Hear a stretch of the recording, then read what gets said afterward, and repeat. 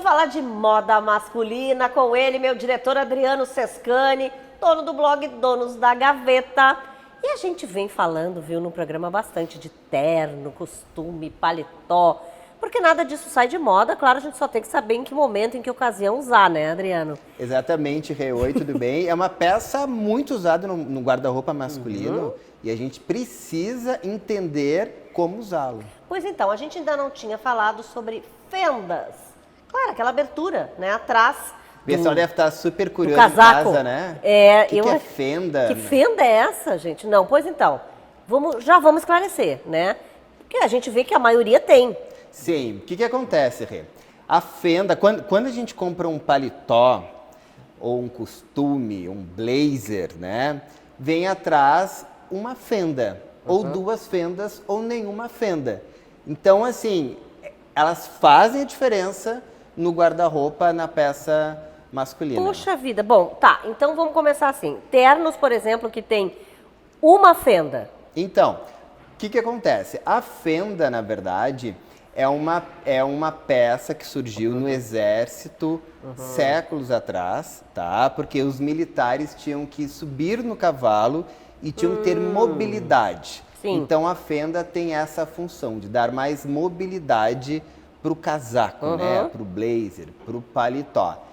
Hoje, a gente sabe que tem os cortes, quem acompanha aqui o programa sabe que eu falei do corte italiano, inglês e americano, e cada corte tem um tipo de fenda. Gente, mas olha, Por pra mim seria exemplo, muito difícil, ainda bem que eu não uso. Por exemplo, o corte americano tem uma fenda, tá? O corte inglês tem duas fendas, e o italiano não tem fenda.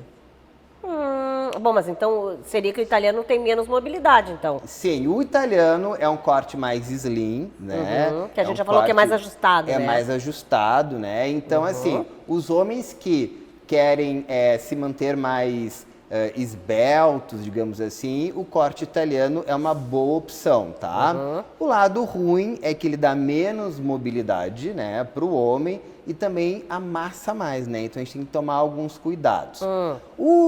Mas a vantagem, então, da fenda, as vantagens seriam mais ou menos essas, Isso, né? exatamente. O corte americano tem uma fenda que é super popular, tá?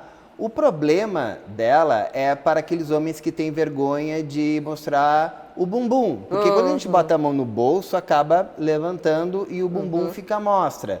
Então esse é um ponto negativo da fenda única, tá?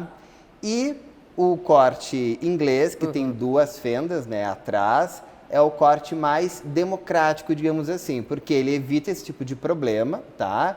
Ele alonga mais o homem, então o homem baixinho que usa um paletó ou um blazer com duas fendas acaba ficando mais alongado, e para os homens que estão acima do peso também ajuda, não só pela questão da mobilidade, mas também pela questão da estética mesmo também. E, por exemplo, na hora que eu for escolher para ir num evento, por exemplo, isso influencia alguma coisa? Noite, dia? Não influencia nada, é realmente uma questão de gosto do homem saber qual peça ele vai se sentir melhor, qual que ele vai gostar mais, né? E aí a gente volta lá para os cortes, né?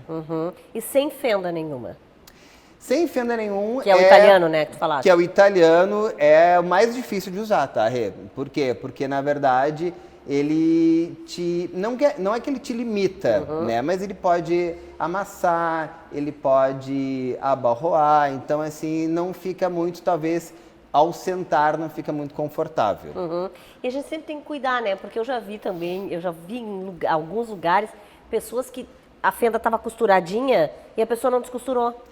Isso é um problema, né? Isso aí, a gente já falou aqui sobre Falamos isso, dos né? bolsos. Dos bolsos, das etiquetas, né? Então é importante o homem prestar atenção, porque às vezes a gente vai comprar um terno e o terno realmente ele vem todo costuradinho, né? O bolso, as fendas, então a gente tem que abrir, porque fenda fechado é muito feio, né?